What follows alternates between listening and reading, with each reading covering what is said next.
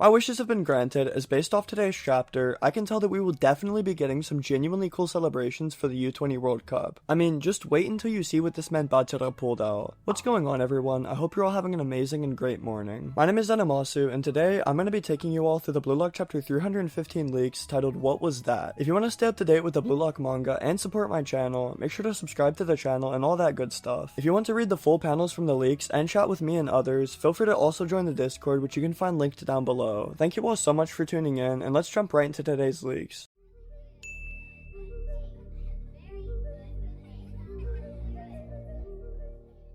The BLUELOCK chapter 315 leaks begin with the crowd absolutely losing their minds. The announcers are screaming at the top of their lungs, going crazy with the crowd as they all yell out Meguro Bachira's name in sync. Japan's part of the stadium looks like it's about to collapse from how wild the fans are going, while the commentators lean forward in shock like they can't believe what they just saw. Even Ego Jinpachi is shown watching in silence, expression completely blank, almost as if this goal was exactly what he expected from the very beginning. Which, let's be real, it probably was. And then at the bottom of the page, we get a close-up of someone's foot launching off the ground. We then shift into a massive double spread to reveal the player, and goddamn, Meguro Bachira pulls off the most disrespectful celebration in the series so far by leaping high into the air and landing a perfect backflip in front of Team Nigeria. This man really said, forget the team hugs or anything like that, I'm just gonna fully send it here, and honestly, it's perfect for Bachira. I was half expecting for him to dance with Isagi or clown around with Chigure, but nope, he went straight for peak entertainment. So now the real question is, where do you rank this on the list of celebrations in BLUELOCK? For me personally, it's already sitting near the top, but I'll hold off until we see what kind of madness Shido or Kaiser pull off later in the tournament.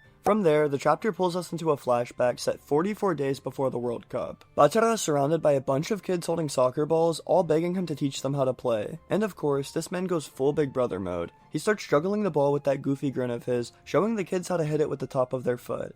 Naturally, when the kids try to copy him, every single one fails miserably. I know a lot of y'all in the comments would look just like this trying to do kick-ups. Instead of getting annoyed though, Bachira just laughs at them and tells them not to overthink it. That football is meant to be fun. This already shows how much he's grown, because a younger Bachira would probably not have the patience to explain the little things like this. But reality hits him when kids start whining about how impossible it all is. They're booing, saying that it's not fun, and you can tell Bachira has that light bulb kind of moment.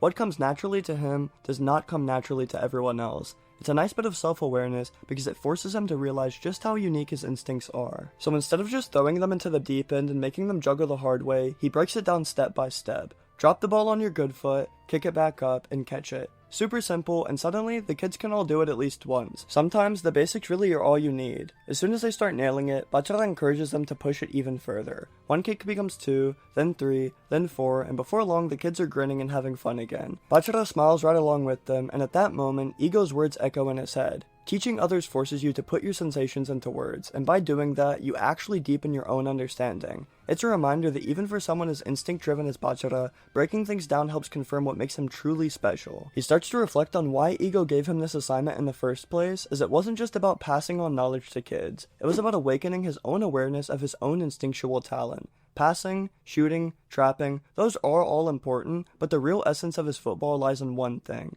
dribbling. And when he says this, he starts showing off in front of the kids, zipping around them with the ball as they all chase after him in awe. While this shit is super wholesome, we sadly snap back to the present where Bachira throws up a peace sign to the Japanese fans, who roar even louder in support. Nigeria's ace, Onazi, just stands there smiling in admiration, and it's not often you see a rival stop to respect the opposing player like that, but Bachira's talent is just too goated, and also, Onazi is wholesome as hell, let's be honest. Bachira then declares to himself that by turning dribbling into ego, he's gonna become the #1 person at the U20 World Cup. Nigeria, of course, is not just gonna sit back and let Japan run wild, so the match resumes with Onazi and his teammates getting ready for a counterattack. We hear Bello, Oboa, and Kuso rallying behind him while Onazi calmly tells everyone to just believe in him. We've already seen how that went, buddy. Right away, Bachira tries to press Kuso, their captain, but gets embarrassed when Kuso nutmegs him with a slick move, sliding the ball from his left foot to his right in one fluid motion under Bachira's legs. The B, of course, just laughs it off and even compliments him, which is wholesome considering Onazi just gave him the same respect. Isagi meanwhile is running alongside, ready to cut in, but Kuso immediately adjusts the plan after reading the field a bit closer. His whole thought process is kinda like Japan to Nigeria. Keep the ball away from Isagi no matter what, and instead funnel it towards Onazi.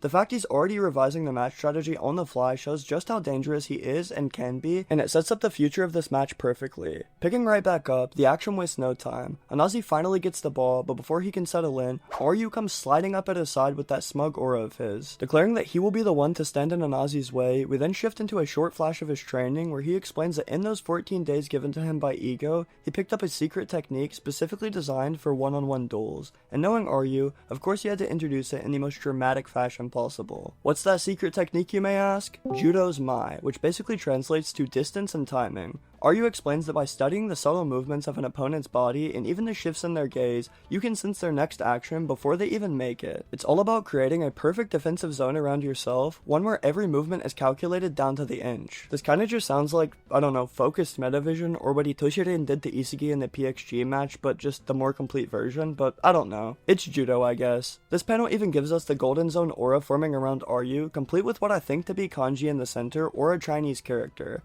As the play continues, Onazi tries to power past him, but REO perfectly mirrors his movement, keeping that exact spacing the entire way. He shuts him down so smoothly that Onazi has to pause and admit that charging straight forward is not going to work here. The guy literally sighs in frustration before dumping the ball off to Kusa with a grin as if to say, fine, you win this round. REO then declares that he will not let anyone past him, dubbing this whole thing body martial arts, which is actually pretty cool. I cannot wait to see what Kunigami learned from his martial arts training though, because if REO's already this good, I can't imagine what Kunigami's buff is going to be. The ball swings over to Kusa, but before he can fully control it, Nico comes flying in to cut the pass off. He actually mocks them while doing so, saying that their hesitation exposed their intentions. What's even crazier though is Kusa's reaction. He can't believe how strong Nico feels physically. For a guy who's always been one of the shortest defenders and smallest, suddenly his muscle mass is insane, and Kusa is basically thinking the same thing I am. What kind of protein powder did Ego give this man? Even 18 eggs a day is not going to do this for you in what, 2 to 3 weeks? The chapter then gives us an x-ray styled panel of Nico's new body, and this man has been grinding like crazy.